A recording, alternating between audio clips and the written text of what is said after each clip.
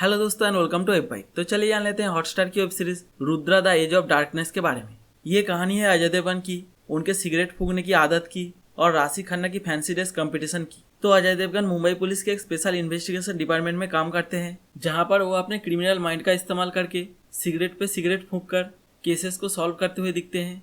और किसी भी क्राइम को देखकर उनको एक ज्ञानी बाबा की तरह पहले से ही सब कुछ पता चल जाता है। उसी डिपार्टमेंट में काम करते हैं अतुल कुलकर्णी, जो एक तरह से उनके लंगोटिया यार हैं। अब इतनी मोटी तनख्वाह मिलने के बावजूद वो दोनों एक ही सिगरेट को साथ मिलकर फूंकते हैं, क्योंकि उससे प्यार बढ़ता है। और उन दोनों के बॉस या फिर बिग बॉस हैं अश्विनी कलसेकर, जिनको आपने वसूली भाई के साथ बहुत सारा गोलमाल करते हुए देखा हो। अब यहाँ पर एंट्री होती है राशि खन्ना की, जो एक चाइल्ड प्रोडोजी है, जिसका मतलब वो अपने उम्र के मुकाबले बहुत ही ज्यादा इंटेलिजेंट है। वो एक फैंसी ड्रेस कॉम्पिटिशन की तरह हमेशा अलग अलग गेटअप में दिखाई देती है और अपने बालों को डाई करके रेडहेड बन के इधर उधर भटकती रहती है। अब एक दिन उनके पेरेंट्स का मर्डर हो जाता है और अजय देवगन को लगता है कि ये काम उन्होंने ही किया है, लेकिन कोई सबूत ना होने के कारण उनको छोड़ दिया जाता है। अब इसके बाद वो दोनों एक दूसरे से मिलते रहते हैं, क्योंकि उन दोनों को ही अंधेरा पसंद है, यानी कि वो दोनों ही अंधेरा कायम रहे या फिर तमराज किलविस के भक्त हैं। अब अजय देवगन की पत्नी है ईशा देओल, जो उनको छोड़कर चली गई है। अब इतना ज्यादा सिगरेट फूकोगे तो बीवी तो क्या,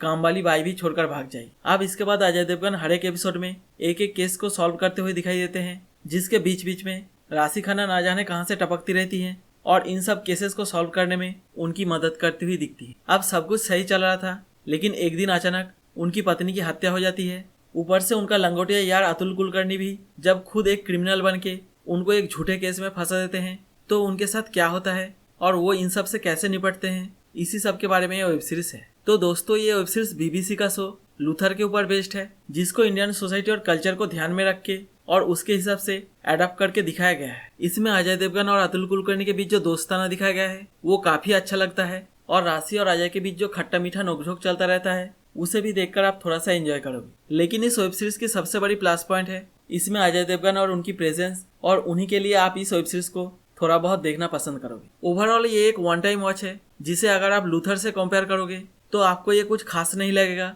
लेकिन अगर आप इसे पूरी तरह एक अलग शो के तौर पर देखोगे तो आपको ये देखने में अच्छा लगेगा। अब ये तो थी इस वेब सीरीज की कुछ अच्छी बातें, लेकिन इसमें कुछ खामियां भी हैं। जैसे इसमें क्रिमिनल्स की जो कहानी दिखाई गई है वो बहुत ही बेसिक और नॉर्मल से है, और इस तरह की कहानी आप लोग सावधान इंडिया या फिर क्राइम पेट्रोल में ना जाने कितनी बार ऑलरेडी देख चुके हैं। लेकिन सबसे ज्यादा इम्पोर्टेंट कि राशि ने अपने पेरेंट्स को आखिर क्यों मारा है या फिर सच में मारा है कि नहीं, उसे क्लैरिटी के साथ नहीं दिखाया गया है, और बस एपिसोड 1 के बाद पूरी तरह से भुला दिया गया है। अब अगर एक्टर्स की बात करें तो अजय देवगन एक बहुत ही बेहतरीन और एलिस्ट एक्टर है, तो उनसे हर बार एक्सपेक्टेशन बहुत ही ज्यादा ही रहता है। इसीलिए इस वेब सीरीज में उनका परफॉर्मेंस आपको थोड़ा निराश कर सकता है। मतलब सीरियस सीन में तो उनकी एक्टिंग बहुत ही अच्छी है, लेकिन बाकी के सीन्स में उनका एक्सप्रेशन हमेशा सेम ही रहता है, और सीन या फिर सिचुएशन चाहे जैसा भी हो, वो इस वेब सीरीज में अपना हर डायलॉग एक ही तरह से बोलते हुए दिखाई देते हैं। तो उनके परफॉर्मेंस में थोड़ा सा लैक ऑफ एफर्ट या फिर पैशन की कमी दिखाई देती है। उसके बाद राशि खन्ना, जो हमेशा की तरह इस वेब सीरीज में भी बहुत ही क्यूट सी लगती हैं,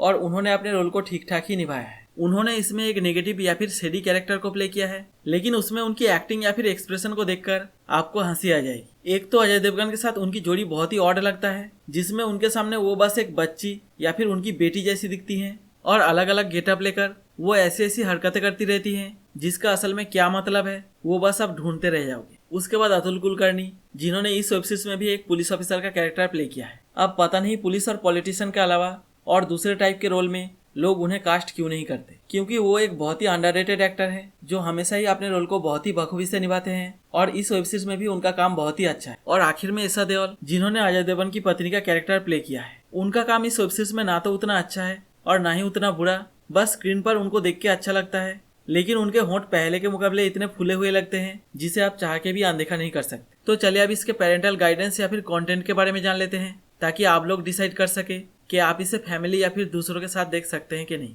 ये वेब सीरीज क्राइम के ऊपर बेस्ड है, तो इसके कुछ सीन में बहुत सारा खून और लोगों को काटना भी दिखाया गया है। जैसा कि एपिसोड 3 में एक साइको किलर लोगों का खून निकल कर पीता हुआ दिखाई देता है, वही एपिसोड 5 में बहुत सारा खून खराबा और कटा हुआ पेट, कान, उंगली ये सब दिखाया गया है। अब अगर इंटीमेट सीन्स की बात करें तो ये वेब सीरीज पूरी तरह से क्लीन है। बस एपिसोड 4 की स्टोरी एफआईआर के ऊपर बेस्ड है, तो इसमें एक दो बहुत ही नॉर्मल से हल्के फुल्के एफआईआर टाइप के सीन्स दिखाए गए हैं। तो दोस्तों, ये थी हॉटस्टार की web series Rudra the edge of darkness के सारे अंधेरों की जानकारी। और आपको ये वेब सीरीज कैसा लगा या फिर इसके बारे में आपका क्या राय है वो कमेंट सेक्शन में जरूर बताएं। तो मिलते हैं अगले वीडियो के साथ और इस वीडियो को देखने के लिए धन्यवाद।